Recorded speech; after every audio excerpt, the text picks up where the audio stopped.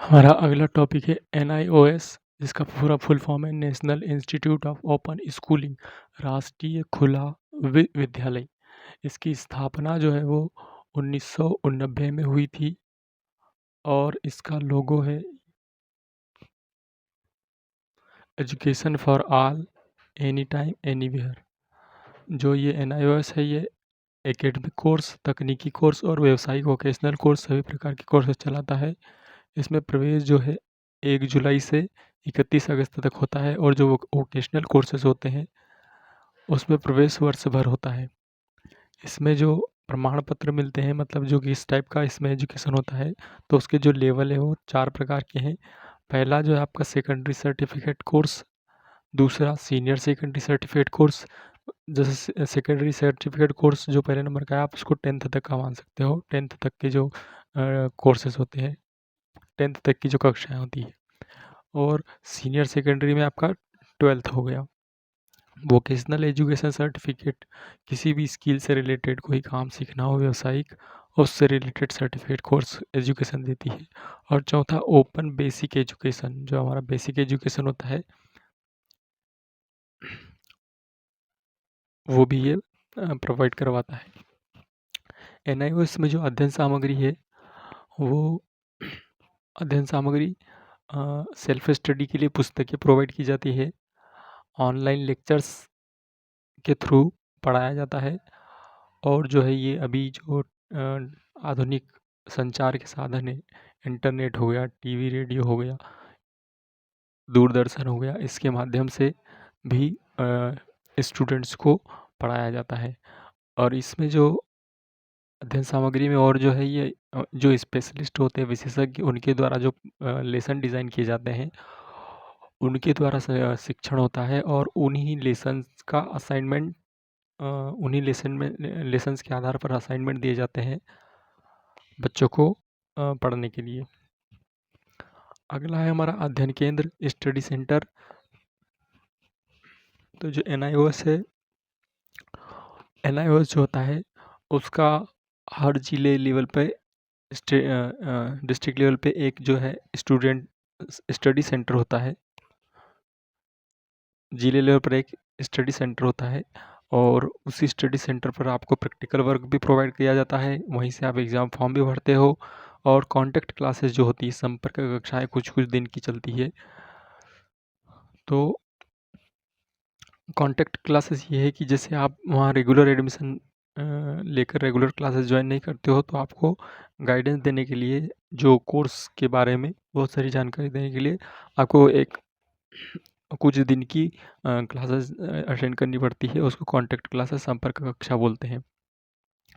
अगला है इसका पाठ्यक्रम। तो जो CBSE या किसी भी स्टेट बोर्ड की समान ही इसमें हाँ, हम जो CBSE या स्टेट बोर्ड में 11th-12th की एग्ज़ाम देते हैं, 10th-12th की, वैसे ही इसमें NIOS में भी हम एग्ज़ाम देते हैं। जैसे हमारा बोर्ड एग्ज़ाम्स होती है, वैसे ही हमारा 10th और 12th का एग्ज़ाम होता है। ठीक है। और इसमें जो मूल्यांकन है, तो ये ट्यूटर मार्क्ड असाइनमेंट होते हैं। तो जो ट्यूटर हमको पढ़ाता है वही हमें असाइनमेंट देता है और उसी से हमारा मूल्यांकन होता है। इसमें एग्ज़ाम जो है, फाइनल एग्ज़ाम 2 बार होती है। एक बार अप्रैल से मई में और एक बार अक्टूबर से नवंबर में। तो जो फाइनल एग्ज़ाम है वो वर्ष में 2 बार होती है। अगर आप इसमें एग्ज़ाम में पास होते हो तो आपको जो प्रमाण पत्र मिलता है, वो प्रमाण पत्र जो बाकी बोर्ड होते हैं, जैसे स्टेट बोर्ड हो गया, CBSE, ICSE बोर्ड हो गया, उतनी ही वैल्यू इसमें भी रहती है, इसके प्रमाण पत्र की भी। ये हमारा NIOS का पोर्टल है, national institute of open schooling, राष्ट्रीय मुक्त विद्यालय शिक्षा संस्थान। इसमें हम देखते हैं, यहाँ पर जानकारी दी है इन्फॉर्मेशन अबाउट में।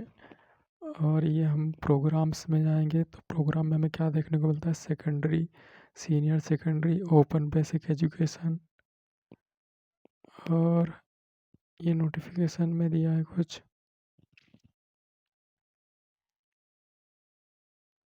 स्टडी सेंटर्स की एड्रेस की बुक दी है। यहाँ पर एडमिशन की जानकारी दी है। एडमिशन लर्नर कॉर्नर में दिया है स्टडी मटेरियल। अब ऑनलाइन कोर्स मटेरियल दिया है। इसमें बहुत सारे कोर्सेस हैं, ये आप देख सकते हो साइड में। Secondary courses, senior secondary courses, भारतीय ज्ञान परंपरा, डीएलएड, जन स्वास्थ्य, gender green teacher, Arambhika, communicative English, ये बहुत सारे कोर्सेज हैं। इनका स्टडी मटेरियल यहाँ पर दिया है। सेकेंडरी कोर्सेज में हमने भारतीय ज्ञान परंपरा और सीनियर सेकेंडरी कोर्सेज में वेद अध्ययन, संस्कृत, भारतीय दर्शन, संस्कृत साहित्य, और ये ओपन बेसिक एजुकेशन में जैसे वेद, योगा, संस्कृत, वोकेशनल स्किल्स में गौशाला का नॉलेज, ये सब दिया है।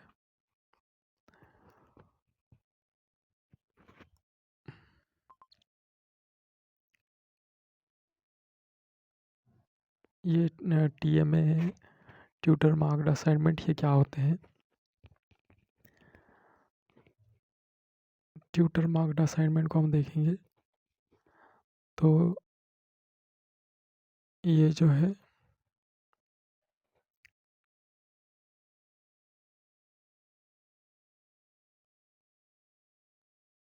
ये यहाँ पर बहुत सारे ट्यूटर मार्क्स असाइनमेंट दिए गए हैं जो बच्चों को, उनकी लिस्ट है, आप देख सकते हैं। Secondary assignment, senior secondary assignment, अलग अलग विषयों की जो कोर्सेज चलते हैं उनके सबके असाइनमेंट दिए गए हैं। TMA tutor marks assignment, tutor marked assignment, हम इसमें से अभी ओपन करके देखेंगे एक दो को।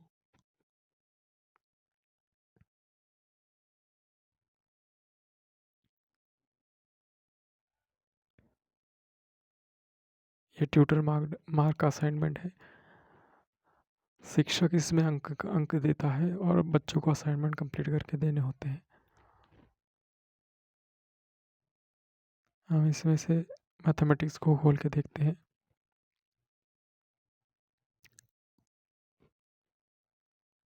मैथमेटिक्स का हमने TMA खोला है, तो यहाँ देख सकते हो शिक्षक अंकित मूल्यांकन पत्र 20 मार्क्स का है गणित विषय के लिए। तो ये एक पेपर है, असाइनमेंट पेपर। ये टीचर इसका मूल्यांकन करेंगे, जो वहाँ के NIOS के टीचर हैं। इसको बच्चों को सॉल्व करके सबमिट करना होता है। देख सकते हो ये स्कूल का जो मैथ्स होता है उसी से रिलेटेड उसी लेवल का जो कोर्स होता है, सेकेंडरी सीनियर सेकेंडरी लेवल का, तो ये बच्चों को सॉल्व करके देना होता है, सबमिट करना होता है। तो ये आपका पेपर है। एक और सब्जेक्ट का देखते हैं हम, हिंदी का देखेंगे अभी। हिंदी, ये आप देख सकते हो शिक्षक अंकित मूल्यांकन पत्र हिंदी विषय के लिए 20 अंक का होता है। और इसमें जो है आपको क्वेश्चन नंबर 1, क्वेश्चन 3 2 4 5 6 ऐसे कुछ क्वेश्चन दिए हैं, 6 तक दिए हैं। तो ये आपका हिंदी का TMA है, ट्यूटर मार्क असाइनमेंट। तो इस प्रकार TMA होता है। इसमें अगला हम देखेंगे क्या है एडमिशन के बारे में। तो एडमिशन तो चलते रहते हैं, ब्रिज कोर्स हो गया, टीचर ट्रेनिंग कोर्स हो गया।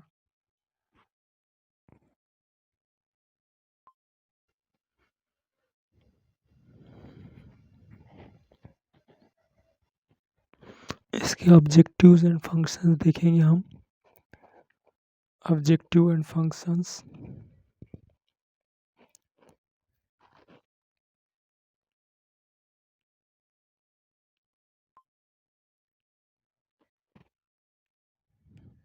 कार्य एवं कर्तव्य।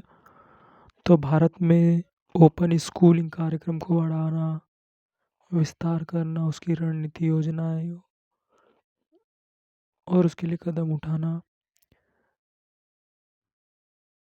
भारत सरकार, राज्य सरकार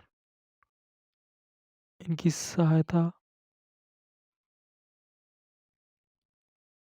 करना लड़कियों, महिलाओं, अल्पसंख्यक, दिव्यांगों और हाशिए पर पड़े वंचित समुदाय के लिए शिक्षा के समान अवसर और समावेशी बनाना एजुकेशन को। ओपन स्कूल पर डाटाबेस स्थापित करना, ऐसे बहुत सारे इसके काम हैं। आप इसको पॉज़ करके पढ़ सकते हो।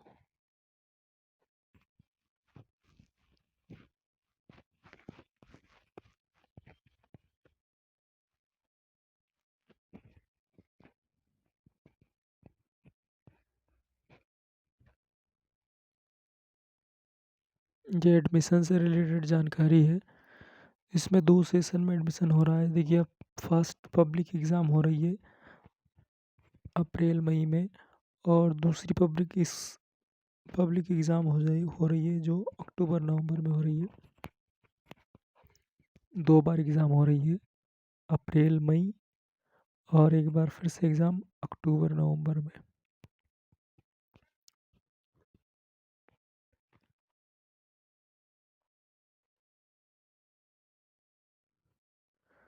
ये क्या है इसके बारे में लिखा है यहाँ पर। तो ये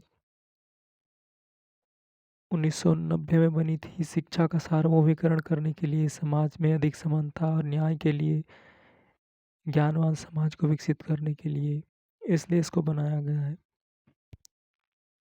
ये क्या करता है तो जीवन संवर्धन कार्यक्रम, व्यावसायिक शिक्षा, वरिष्ठ माध्यमिक शिक्षा पाठ्यक्रम, ये सब चलाता है।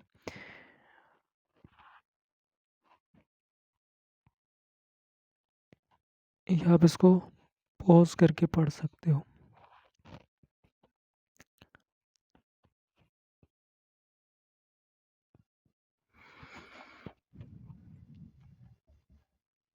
आगे दिया एनओएस कैसे काम करता है। तो 23 क्षेत्रीय केंद्र है, 7,400 से अधिक अध्ययन केंद्र है, और इसके बारे में 41.3 करोड़ छात्रों का एनरोलमेंट हो चुका है अभी तक इसमें।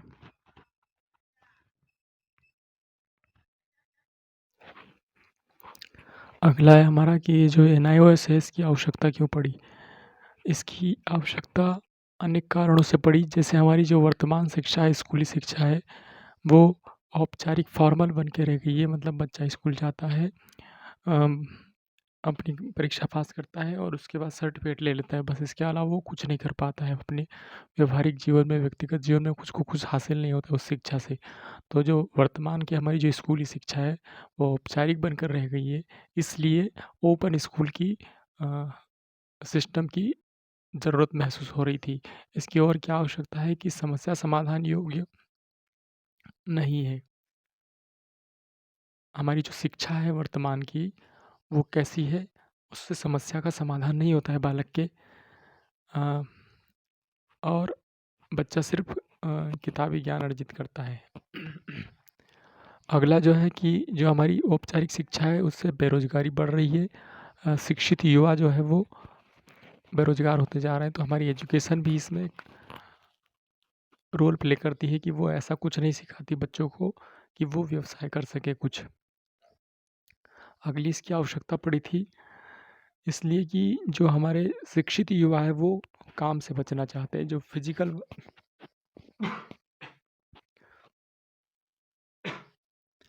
फिज़िकल वर्क होता है, उससे शिक्षित युवा बचना चाहता है। वो श्रम नहीं करना चाहता है। और इसकी क्यों आवश्यकता पड़ी? क्योंकि जो हमारी जो सामाजिक और आर्थिक स्थिति होती है, भारतीय समाज जो है, आर्थिक रूप से भिन्नता है उसमें, और बहुत सारे लोग ऐसे हैं जो आर्थिक रूप से बहुत ही कमज़ोर हैं। तो उनके लिए जो शिक्षा होती है, वो जो अच्छी वाली एजुकेशन, व्यवसाय दिलाने वाली एजुकेशन जो होती है, वो बहुत ही महँगी होती है। तो सस्ता सस्ते में और अच्छी एजुकेशन कैसे मिले व्यवसाय करने के लिए, या कुछ भी काम करने के लिए, अपनी जीविका चलाने के लिए सस्ती एजुकेशन कैसे उपलब्ध हो सके लोगों को, तो इसके लिए ये एनआईओएस की आवश्यकता पड़ी। दूसरा क्यों आवश्यकता पड़ी? क्योंकि जो स्कूलिंग सिस्टम होता है, उसमें ऐज का प्रतिबंध होता है। आप एक पर्टिकुलर एज में पर्टिकुलर क्लास में एडमिशन ले सकते हो और उसके बाद आप उसमें एडमिशन लेके उसकी परीक्षा नहीं दे सकते हो, वहाँ पर एज की सीमा होती है। तो यहाँ पर ऐसे बहुत सारे लर्नर्स होते हैं, ऐसे बहुत सारे छात्र होते हैं या ऐसे लोग होते हैं समाज में जिनको पढ़ना होता है, लेकिन उनकी एज जो है वो स्कूल में जाने की नहीं होती है। तो उनके लिए ऐसे जो स्टूडेंट है, ऐसे जो व्यक्ति है, उनके लिए एनआईओएस शिक्षा की अवसर उपलब्ध कराता है, तो इसलिए इसकी आवश्यकता पड़ी थी। और इसकी आवश्यकता क्यों पड़ी? क्योंकि जिनकी एजुकेशन हो गई है पूरी, लेकिन उनको और कुछ करना है, अब वो स्कूल नहीं जा सकते हैं, तो उनको दूसरा मौका देने के लिए, या फिर जिन्होंने स्कूल छोड़ दिए और उनको फिर से पढ़ना है, तो उनको दूसरा चांस देने के लिए, अदर चांस देने के लिए एनआईओएस की आवश्यकता पड़ी। अब एनआईओएस जो है उसमें कुछ विशेष सुविधाएं होती है। विशेष सुविधाएं क्या होती है कि जैसे इसमें एज का रेस्ट्रिक्शन नहीं होता है। आप 14 साल के हो और उसके बाद से 60 साल तक कभी भी एजुकेशन ले सकते हो, इसमें एज का कोई प्रतिबंध नहीं है। इसमें जो लचीलापन होता है, आपको समय सीमा में भी लचीलापन होता है, आप कभी भी एग्ज़ाम दे दो, कितनी बार में भी एग्ज़ाम को पास करो, और पढ़ाई जो होती है वो भी आप घर बैठे पढ़ते हो, स्कूल तो लगती नहीं है उसमें। तो पढ़ाई और समय सीमा जो होती है, समय सीमा से मतलब यहाँ पर है कि उसपे जो विषय को पास करने के लिए जो समय दिया जाता है वो बहुत ज़्यादा होता है। आप कई बार पेपर दे सकते हो, एक ही पेपर को बार-बार देकर जब तक पास नहीं होते तब तक देते जाओ। तो इसमें लचीलापन होता है। दूसरा, विषय चयन में लचीलापन, आप जो सब्जेक्ट भी पढ़ना चाहते हो, जिस भी कक्षा के लिए जैसे 14 से 60 की एज में आपको जो भी कोर्स पढ़ना है, जिस भी विषय का, उसको आप दो सिलेक्ट करो और उसकी परीक्षा दो। आप कोई सा भी सब्जेक्ट चूज़ कर सकते हो। तो विषय चयन में लचीलापन होता है। अगला जो है वो परीक्षा के विकल्प में लचीलापन है, तो आप परीक्षा कई सत्रों में दे सकते हो, कभी भी दे सकते हो, और अटेम्प्ट बहुत सारे दे सकते हो। जब जब तक निकले नहीं पेपर, तब तक आप उसको देते रह सकते हो। अगला जो हम इसकी दोष है, एनआईओएस सब जब व्यवस्था बनती है तो उसके कुछ ना कुछ दोष होते हैं। तो इसके भी दोष है। दोष ये है कि इसमें जो व्यावहारिक ज्ञान होता है, आधारभूत कौशल और महत्वपूर्ण ज्ञान, वो नहीं सीखता है बालक, क्योंकि ये डिस्टेंस मोड में होता है एक तरीके से। आपको वहाँ स्कूल में क्लासरूम में बैठने का अवसर नहीं मिलता है। आप सिर्फ परीक्षा की तैयारी करते हो और उतने भर से पेपर देकर पास होते हो। तो वहाँ पर आपको जो ख़ास इम्पोर्टेंट ज्ञान होता है, ज़रूरी ज्ञान, व्यावहारिक ज्ञान, आधारभूत ज्ञान, कौशल, वो नहीं मिलते हैं सीखने को। इसमें जो शिक्षक होते हैं उन पे वर्कलोड बढ़ जाता है, मतलब शिक्षक बहुत ही कम होते हैं इसमें एनआईओएस में, और एडमिशन बहुत ज़्यादा संख्या में बच्चे लेते हैं।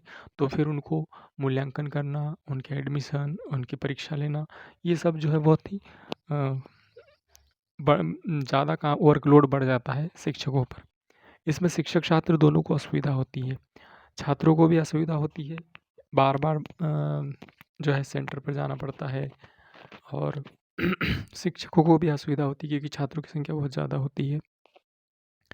फिर इसमें जो सामग्री होती है, अधिगम सामग्री, वो इसका अगला दोष है कि इसमें जो अधिगम सामग्री और स्रोत है वो समय पर ठीक से नहीं मिलता है। मतलब कभी-कभी समय पर चीज़ें पढ़ने के लिए स्टडी जो मटेरियल होता है वो कहीं पर कभी समय पर मिलता है, कभी समय पर नहीं मिलता है। तो उससे छात्रों को जो है वो असुविधा होती है, और ये इसका एक दोष है।